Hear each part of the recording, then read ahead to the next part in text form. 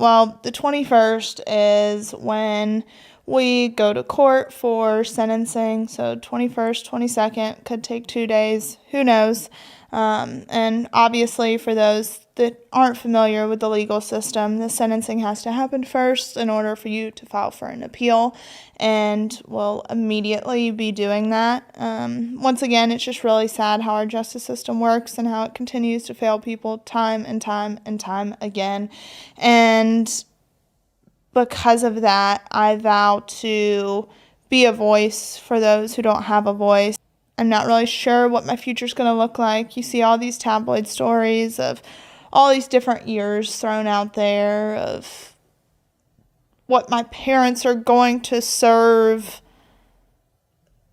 due to being convicted off of lies, which is really, really hard for me to explain, or maybe for you to even understand. And one thing I'm going to ask is, if you can't show up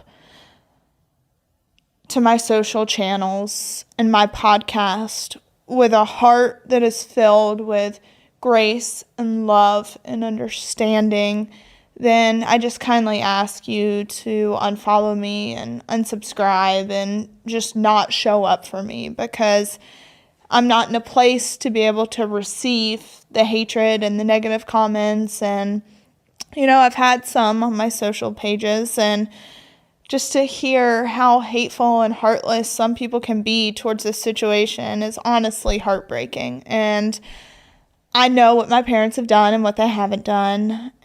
And I'm going to stick by them and their innocence, and we're going to continue to fight and file for an appeal. But my heart also aches for the children of people who may be guilty of something. It is no one's place to go after them. It's no one's place to make someone feel less than and to just continue to tear someone down when they're hurting. Because let's be honest, those negative social media comments that you leave, it could be the last thing that someone reads. It's just what it is. Mental health is a real thing. Depression, anxiety, it's all a really real thing. And I speak on it because I know. I definitely suffer from high-functioning depression. It's a real thing. I don't know what my fate is, what my family's fate is. I know that the short term is going to be really painful and really difficult.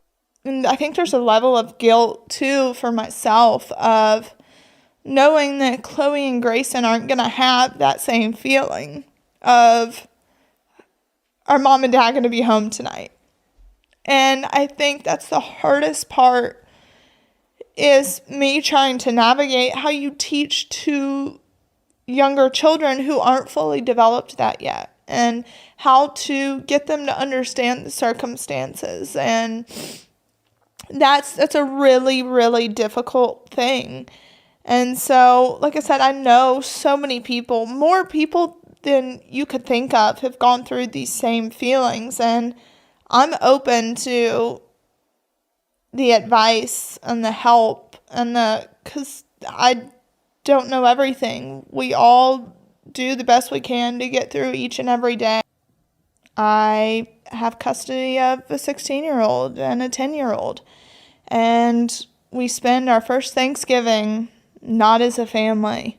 I've never been away from my family for holidays. So I just ask that you show up and kind of try to understand where I'm coming from, and to have some grace for me and my family, and to stop with the negative comments, because it hurts. And someone commented on my social media. Actually, I went on my mom's Instagram and turned off her comments because people were being extremely hateful. So before she could go and look at the comments, I turned them off. And I had already turned them off on my dad's Instagram because I helped to run that, so I had access to it. I didn't have access to my mom's, and I grabbed her phone, went and turned off her comments, and then people start commenting under my Instagram saying, just about how they should be able to take the heat and they should be able to take the negativity. For the people that have supported us over the years, we're extremely grateful. And for the ones that have left comments of love and encouragement, that never goes unnoticed. But unfortunately, with the way that the human brain works, is you can have 10 positive comments and one negative one, and the negative one's the one that sticks. And so that's why I turned off the comments on their social pages, because their mental health is more important than someone else's opinions. And I'm doing all that I can do to try to save what's left of their mental health at the moment, mine, the younger kids. It's a really hard thing to process. And as I sit here, not sure of what our fate's gonna be, I am gonna sit here and still be vulnerable and honest with you guys and talk through it and keep you up to date with it, because I'm not gonna give up fighting for my family. I'm just not gonna do it. And I'm also not gonna give up fighting for justice and for the right thing to be done. Because at the end of the day, if you've done something wrong, we all deserve to suffer the consequences for our actions.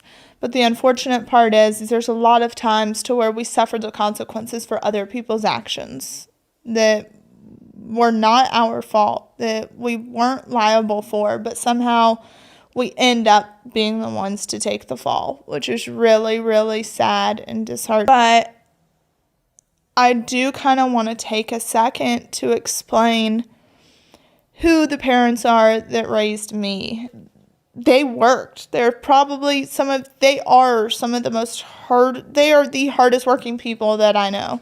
And they've always done the right thing and always have taught us to do the right thing even when it's hard. And when you mess up, admit to your faults and be better. And right now, it's that weird process. The best way that I can describe it is like grieving the loss of parents who are still alive, which is a really weird thought process and feeling. And like I said, this is just for the short term.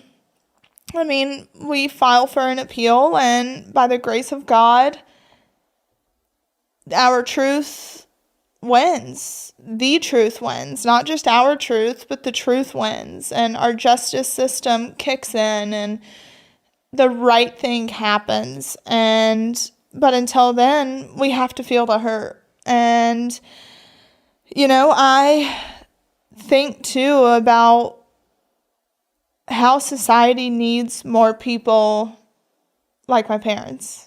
And I don't just say that because they're my parents. Sure, they've made mistakes. I've been pissed off at them at times. But my mom is a literal angel. Like, shows up for anyone and everyone. And friends of ours, it's actually my agent. His wife was diagnosed with colon cancer in her 30s. And my mom, so she was diagnosed with colon cancer, and then last week she had these surgeries. My mom had surgery on her feet, couldn't really walk, but proceeded to go to the grocery store, get groceries, go home, make a full meal, and take it over to their house. And granted, no way, shape, or form am I trying to compare cancer to a foot surgery, because there's no comparison to it. I think my point is just showing that my mom rarely ever puts herself first. It's not who she is. She's constantly being a servant to others, and especially right now in her life, is allowing people to feel the love of Jesus through her, even when her life is falling apart. Sometimes showing up for other people can help to heal you. as well. So you're not just doing a gift, you're not just giving a gift to others, it could be a gift for yourself. And there's no bones about it. It's always been made that, like, my dad is my best friend and he and I are the closest. And we're the closest because of other reasons, of trauma and things that we've bonded over. And as a kid, you just connect differently with your parents. But the older I've gotten, the closer I've become with my mom. And the more I've realized that, like, if I can just be half of who she is, then I'm going to be great in life. And when it comes to my dad, I think the hardest part about that for me is he's always been the one I've gone to for the emotional things too. So as I sit here, it's really hard to not know what the future is going to be like. It's hard to not be filled with anxiety and depression, and there's only so much therapy can do. There's only so much, there's just only so much that can fix it. And so I think, if anything, this teaches you that, like, life is so short, and don't hold grudges and forgive people. And I know it's really, really hard when people have wronged you and continue to wrong you, but everyone's hurting, and I feel like, I have so much anger in me right now. I do, and I try to work through it, but there's only so much you can do in a situation like this, and it's so hard to not be angry. But I also have a sense of gratitude for the lessons that I'm learning. I'm learning, first off, pride. Pride is what leads us all to downfall. And my pride has definitely led me to places to where I found myself having to humble myself more and more every day. Just when it comes to people showing up for me and helping me. And here's my roll of toilet paper. And sometimes the help that people want to give isn't necessarily, it may not be what you need in the moment, but I've learned that you have to learn how to accept it, and you have to learn that not everyone speaks your language, and not everyone knows how you feel internally, but to not push the good people away. We all need a little something to get us through each day, and everyone's heart is, like I said, the hardest thing you've ever dealt with. So we're all entitled to hurt. We're all entitled to feel what we feel, but we owe it to ourselves to not sit in it. And I think that's what I'm learning is, like, as hard as it is to not sit in it, I've got to get up. I've got to give myself a chance to have a successful day. It doesn't matter what someone posts on social media. It doesn't matter the smiles that you see. It can all be a lie, and that person can be struggling. So I'm a prime example of that, and your words really, really, really matter. They do. And there's so many positive comments and just words of wisdom that people leave under my post, but there's also some really hurtful ones, and unfortunately I can't unsee them.